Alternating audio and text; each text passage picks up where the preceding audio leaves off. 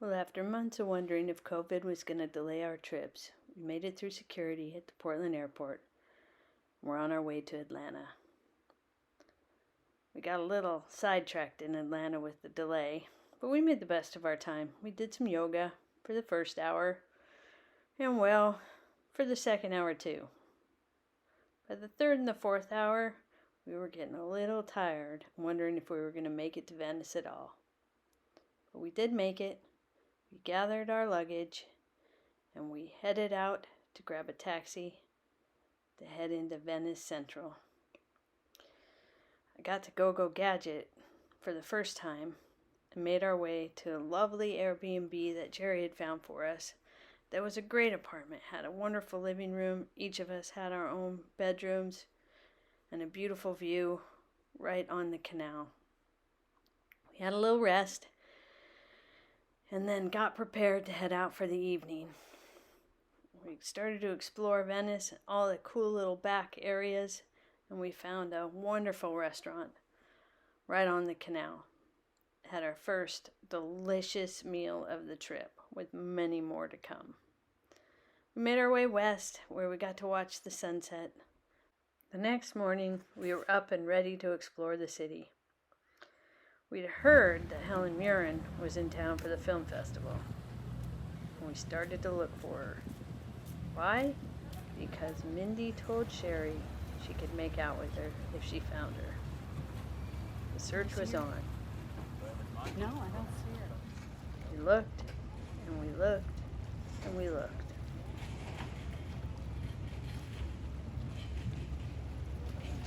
Still no Helen. We were able to still explore while we continued looking for Helen. No, Helen. She's not there. She wasn't there. Is she behind there? Is she there? Still no Helen. We decided to have some cappuccino and explore the pretty quiet side of Venice. We got to go to the Guggenheim, see some wonderful art, and Sherry found us some great tapas, which we ate by the canal that overlooks one of the oldest gondola boatyards in the city. It was a pretty good day.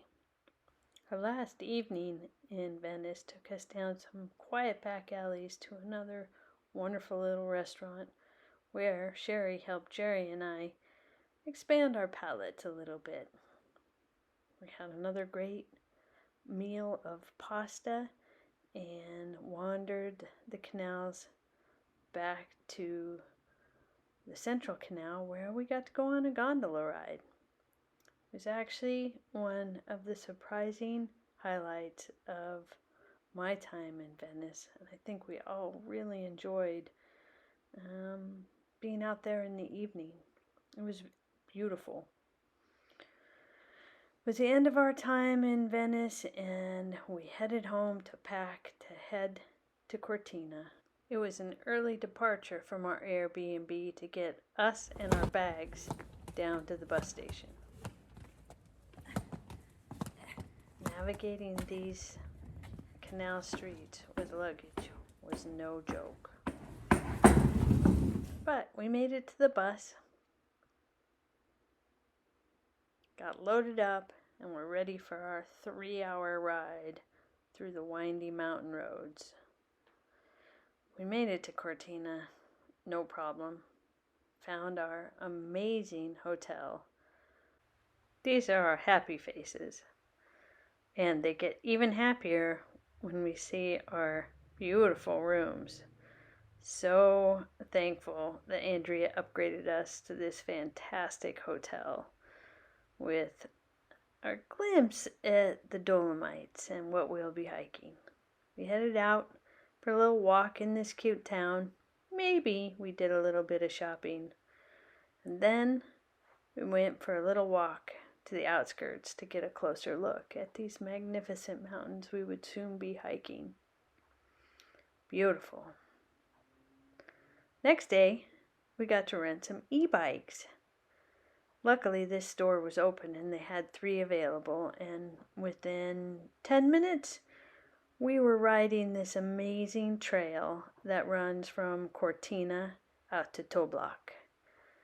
It was really nice to feel what it was like to be out in the mountain. And we had a great time on this trail. Tunnels, mountains. It was just a super fun outing. This is like Not only did we get to cover a lot of territory, but we got to see a lot of this beautiful countryside. It was just a great first day in Cortina and the Dolomites. Sherry even represented with her Portland shirt that Amber gave her. And silly as usual. My first glimpse of cows was on this trail. There's a lot of history of what the rail used to be. This was an old Fort Landry. I believe that's what it was called. And I wanted to explore this abandoned fortress. Sherry and Jerry, well, they obliged me. Then there was this. Yeah, I know. I love the way Sherry thinks that's so funny. Wait for it. Yep. Oopsie daisy. I caught it that time. Off again.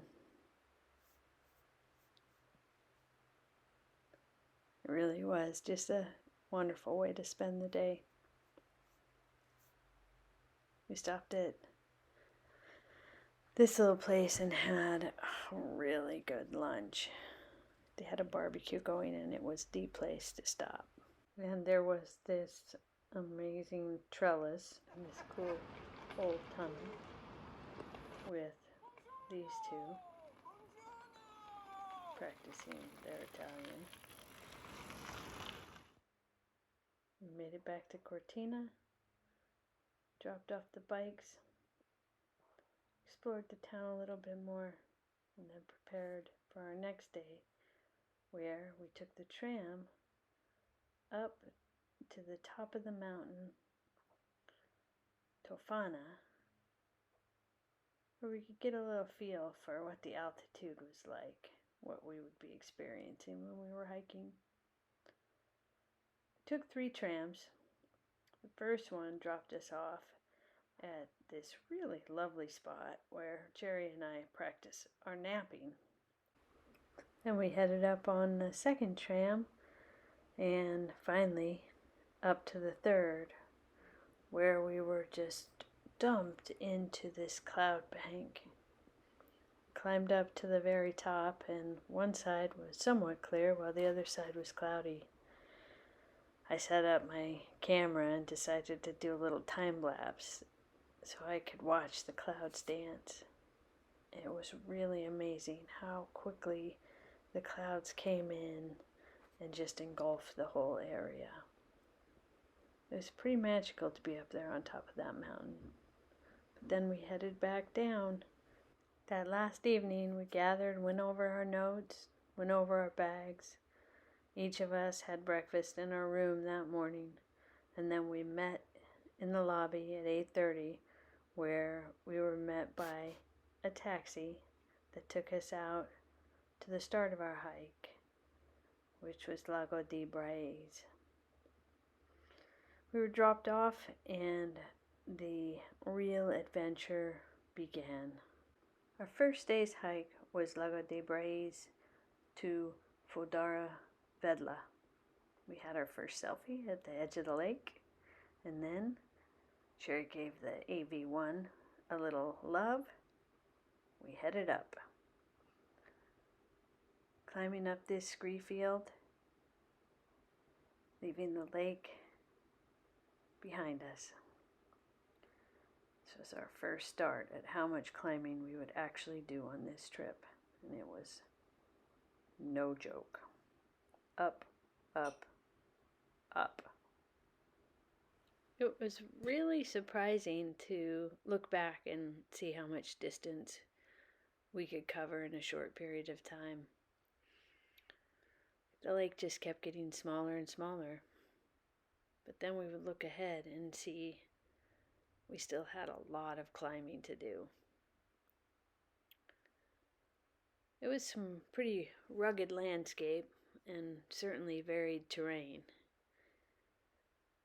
And I would think, oh, we couldn't possibly be going there. And all of a sudden, we in fact were going there. But we just kept putting one boot in front of the other and enjoying really every dramatic moment. The landscape changed and we kind of went through a boulder field and a pretty dramatic scree field. And then we were at lunch on this beautiful overlook. Sherry called Mindy and woke her up at 3 o'clock in the morning, but it was worth it.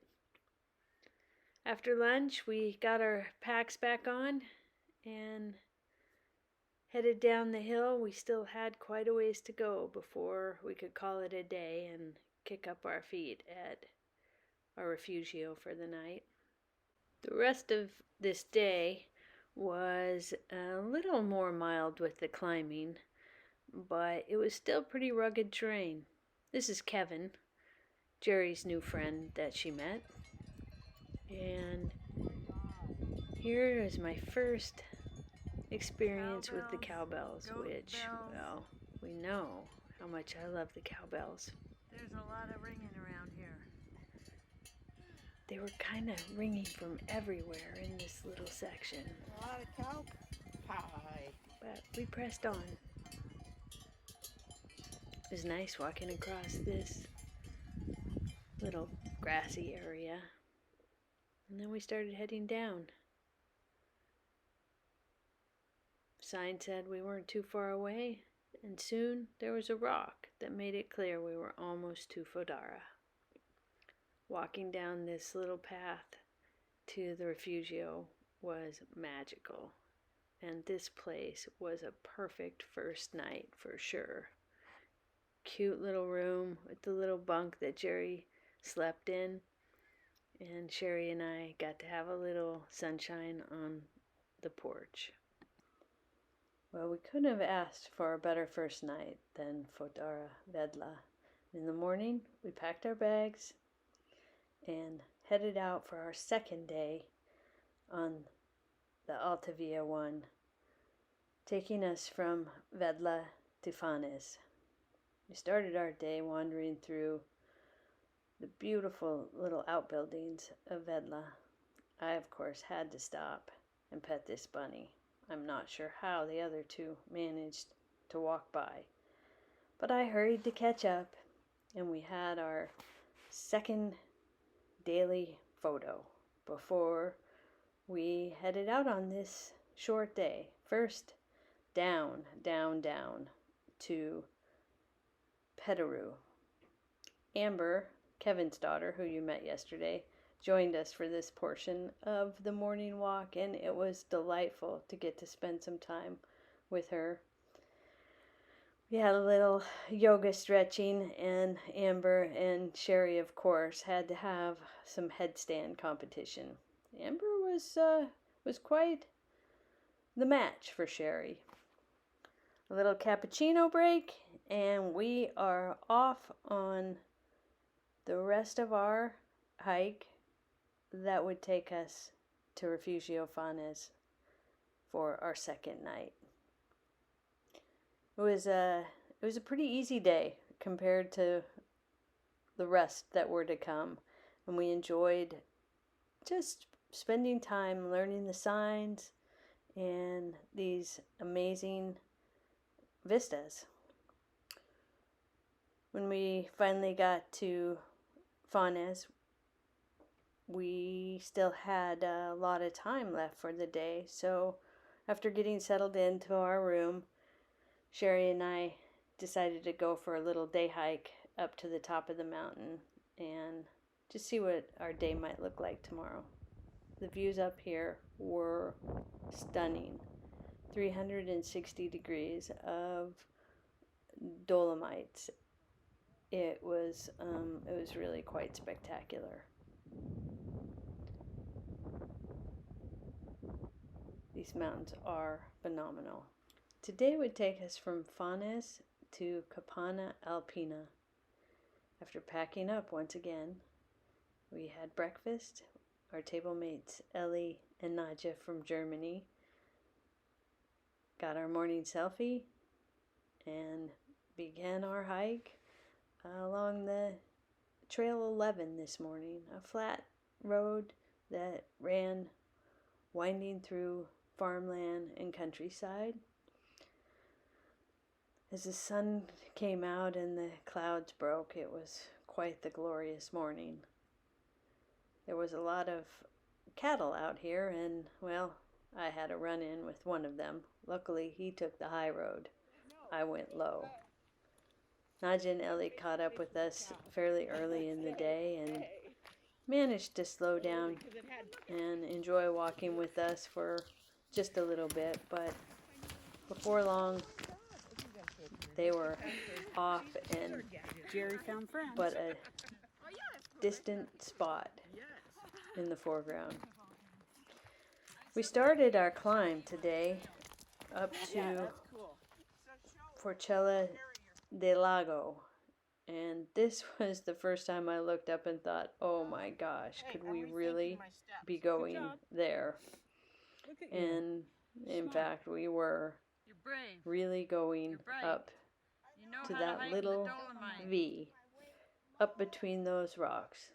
That saddle is Forcella del Lago. We picked our path and just kept trudging along. This was a pretty dramatic day, and probably one of my favorite, as we climbed up to the Forcella and had the view of Lago di Lagazawi on the other side. It was really an amazing experience to be on that pass and look where we came from.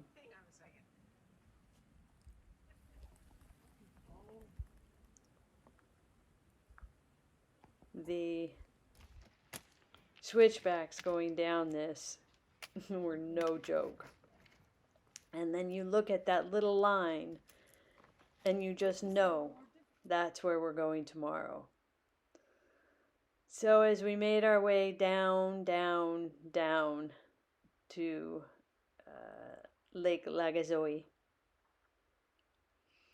you look back up and you just can't believe that you just came down that. Sadly, to get to Kapana Alpina, we had to go down even more. After all that down, we did get a cappuccino and then a lovely night's rest at a local bed and breakfast. Day 4 would have us in a quick taxi ride back to Kapana Alpina, where in order to even start our day, we would have to climb back up to Lake Lagazawi. This was a long climb, but was made better by cowbells.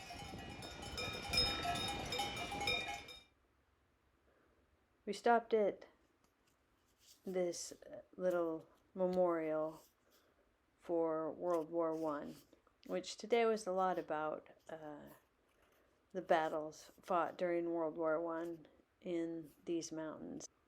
But before we could even start our hike, we had to climb back up. And it was quite the climb, 3 miles before we even started our hike for the day. Jerry was leading today, So when we don't met need these Jerry to people make all our first, friends. we made it was friends. pretty We made exciting. friends all on our own. The introverts made friends. But it wasn't long. They'd caught up with Jerry. Yep. She's chatting him up. You can hear her down here.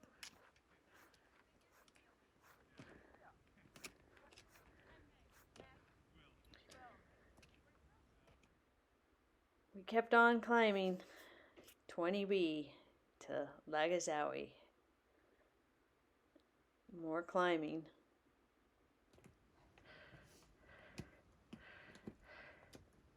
It was pretty rugged. Jerry did a great job leading us today.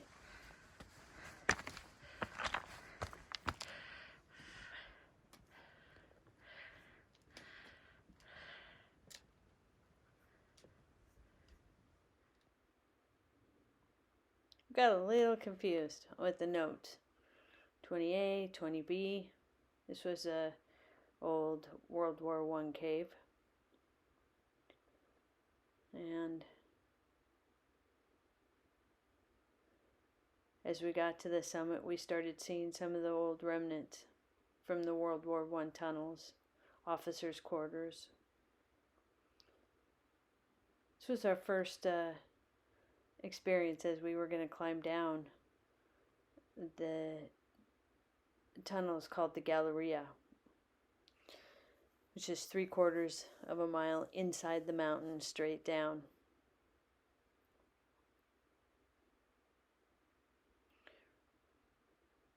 We had a little rest up here at the summit, and then we headed down to the Galleria,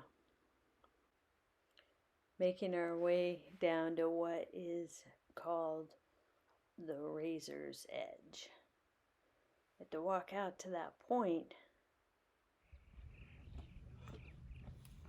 along this fairly narrow ridge where we would enter these tunnels. They were bigger than the first ones, which was, well, comforting, but they were still pretty tight and kind of dark. We only had 2 lights, and mine was the only bright one.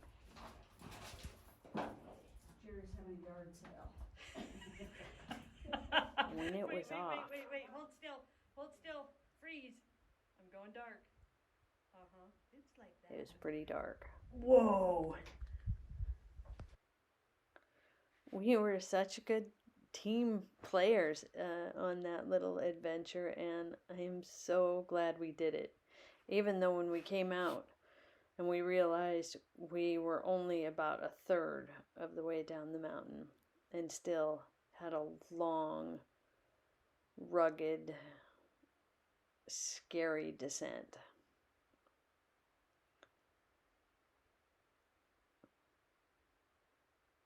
This was really the longest day, and we still had a ways to go to get to Cinque.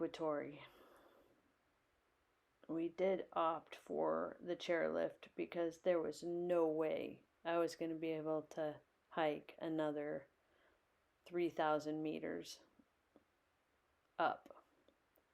We made it to Cinque, this really phenomenal old Refugio, probably the favorite of our trip. And we got to stay here for 2 days, which gave us a chance to really have some time to explore the history and the beauty of these 5 towers. And this was another old World War I museum that was restored to help remember the battles that were fought between Italy and Austria in these mountains during World War I. it's a really important part of this area's history. And I'm glad we got a chance to experience it and just enjoy this magnificent area. Day 6 would take us to Stellanza. After a little map reading, saying goodbye to this beautiful place, we got our sandwiches to go, as we would have a long mileage day today, and we headed out. Our first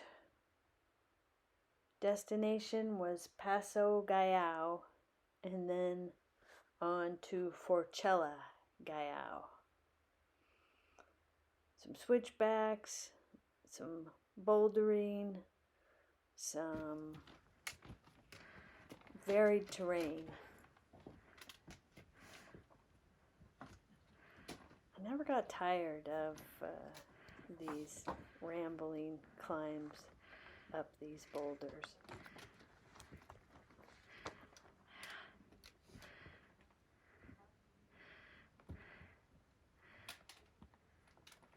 Once again, we were absolutely gifted beautiful weather on this trip. Every night it would say to expect thunderstorms, and every day it would be clear and beautiful.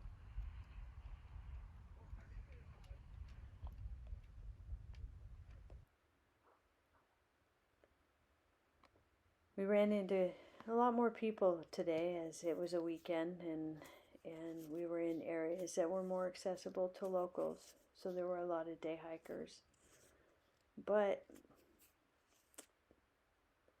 it was still a pretty stunning, quiet Nobody said anything hike. about donkeys. Here there were All bets more are off donkeys. as far as And these two, once again, being able to not kiss them. just were able to walk right by.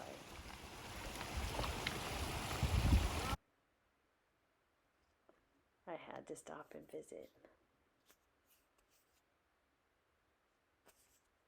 We had a really nice lunch with the sandwiches from Cinque and prepared ourselves to be strong for Paso Gallao.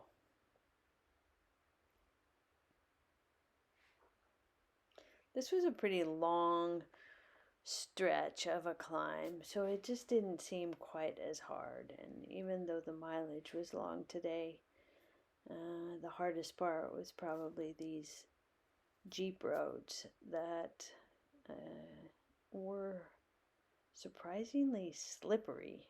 So we had to get really creative in our styles. We did get to stop for a cappuccino and a bit of a rest before we made the last leg of our journey to Stellanza.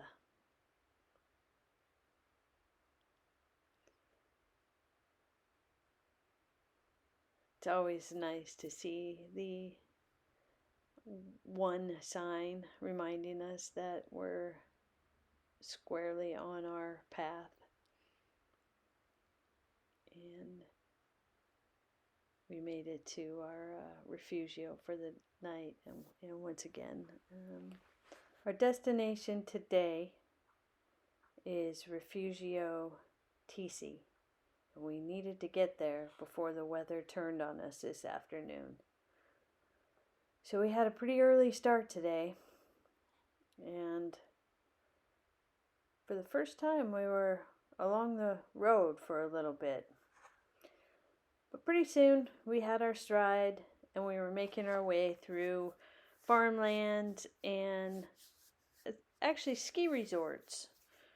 So we would be basically walking along a lot of grassy slopes that during the winter time are active with skiers in this area. Because we were in these open areas, the notes were a little harder and the paths a little trickier to find. But we made our way up to our first stop, which was Refugio Coldai, and then on up to Coldai Lake. Because we were so early, Refugio Coldai wasn't even open yet, so we sadly did not get our cappuccino and continued on up to Coldai Lake.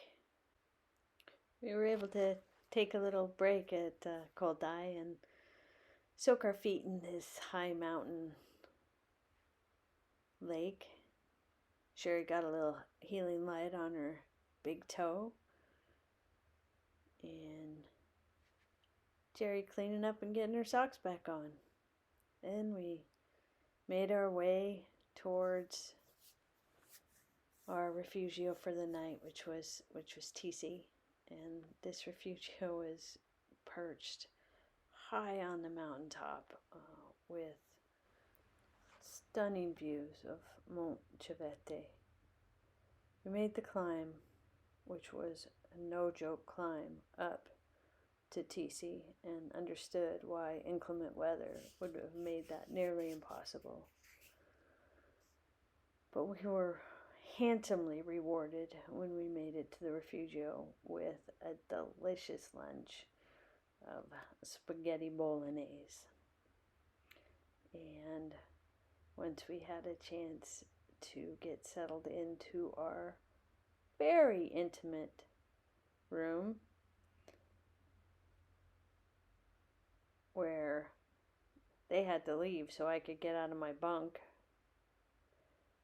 but we still liked each other kind of room, we made our way to the edge of the world, where we climbed on our bellies out to the edge to look over and get a view of Lago de Alleghe. This whole area really was just magical, and I'm glad we got a chance to enjoy it, even just for a few minutes.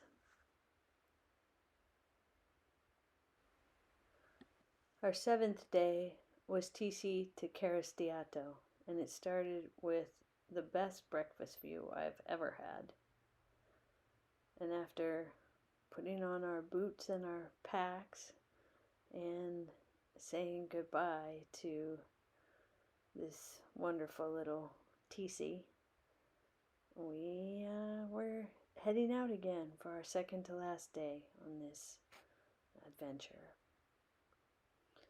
Today would take us through some of the most remote and rugged landscape we had yet to be on, and also varied.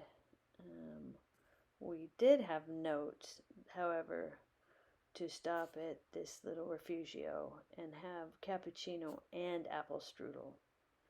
And as always, we followed directions very well. From Refugio Vasilare, we had 3 forcellas to cross before we would reach Caristiato for the evening. The first, Forcella Col Palazin, which I'm not sure when we reached that one. The second, Forcella Col d'Ors, which was quite the climb. This was a pretty rugged little glacier that we crossed.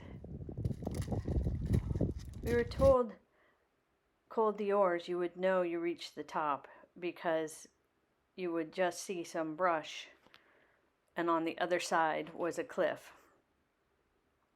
This was that little ridge of a forcella.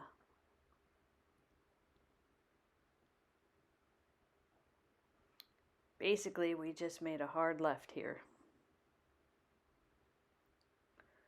And we continued up, heading for Forcella Camp. A little stop for lunch, and more climbing. This really was the most rugged day that we had out here, and remote. and hard. Jerry and I were pretty pooped on this day. That one was hard. Once again, just when you think you're there, you have a whole nother boulder field to cross and mountain to climb. But we finally made it to Caristiato. And once again had a delicious lunch in beautiful weather. This was our smallest room by far, but we were still pretty happy. It was hard to believe that this was actually our last evening in these amazing little refugios. We took in the sunset, shadows of these mountains. And the next morning, we got up and prepared for our last day on the AV1, Caristiato to Malga Promper. We headed down the 549 to Paso Duran, taking in all the sights on our last day, enjoying the beautiful shadows that the morning light created.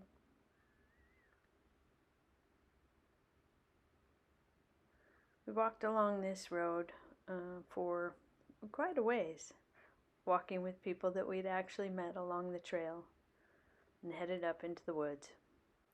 Sherry was a great leader today, full of energy, while Jerry and I, we were dragging a bit today on our last day. But we kept trudging along, making the climb. We had a chance to sit and go over our trail notes that Distance Journeys put together, celebrated in our kitsbos, and kept trudging along. We got to have a nice break at Fort Mosquicine, reflected a little bit on this amazing adventure. Of course, got our picture taken, and then continued our climb to the real Mosquicine Forcella and fort. 3 doors. Coincidence? I think not. And our last Forcella as we head down to Malga Promper. It was kind of hard to believe that this journey was almost over. 390 meters down and we were done. Here it is, the last 5 minutes on our trail. And we head in to Malga Promper and the end of our journey on the AV1. What an incredible adventure. Our last cappuccino, some delicious cheese and speck made on this working farm. Well deserved rest on a bench and taking in our last minutes in this incredible scenery. What a trip. And a big, huge thanks to Distant Journeys for putting this trip together for us.